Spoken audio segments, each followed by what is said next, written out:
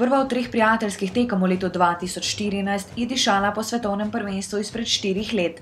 Na severu Afrike rezultat ni bil v ospredju, pomembno je bilo iskanje odgovorov in nabiranje izkušenj na drugem kontinentu.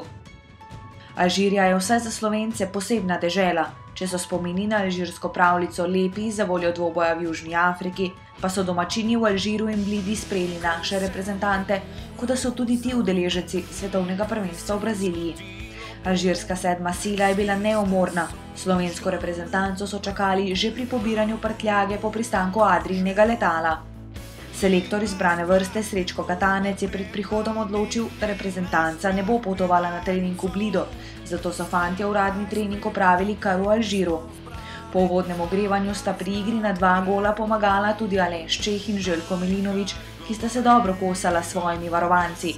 Po treningu so sledili povratek v hotel, večerja, masaže in počitek. Slovenska delegacija se je na dan tekme proti stadionu odpravila 3 ure prej, saj tamkajšnje ceste po svoji kvaliteti kljub policijskemu spremstvu ne omogočajo hitrih ali udobnih potovanj. Da je Alžirija vojaška država na severu Afrike, je bilo moč opaziti na vsakem koraku.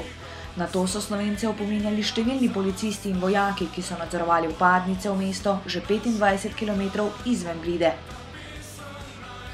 Pravi pozitivni šok so nogometaši doživeli ob prihodu na stadion.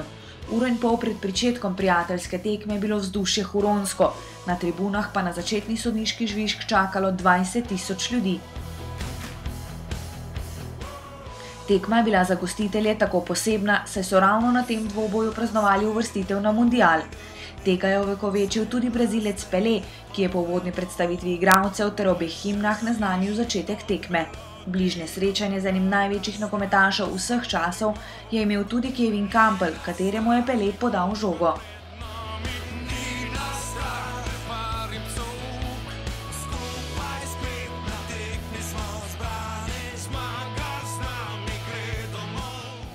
Dvoboj je prinesel nekatere odgovore, dobra analiza ter priprava na kvalifikacije za evropsko prvenstvo pa sta celo bolj pomembna kot sam rezultat.